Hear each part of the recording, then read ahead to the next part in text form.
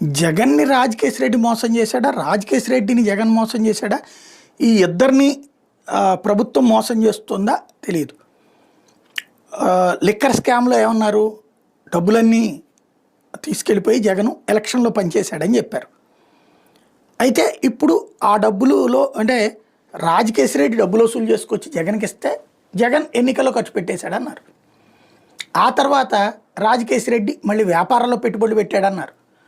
అలాగే చెవిరెడ్డి భాస్కర్ రెడ్డి వ్యాపారాలు చేస్తున్నాడన్నారు.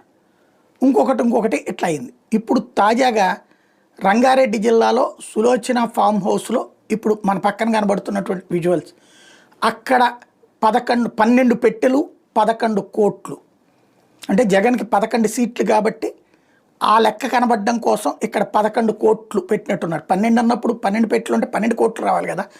11 కోట్లు అన్నటువంటిది ఇక్కడ చెప్తున్నారంటే అక్కడ మళ్ళీ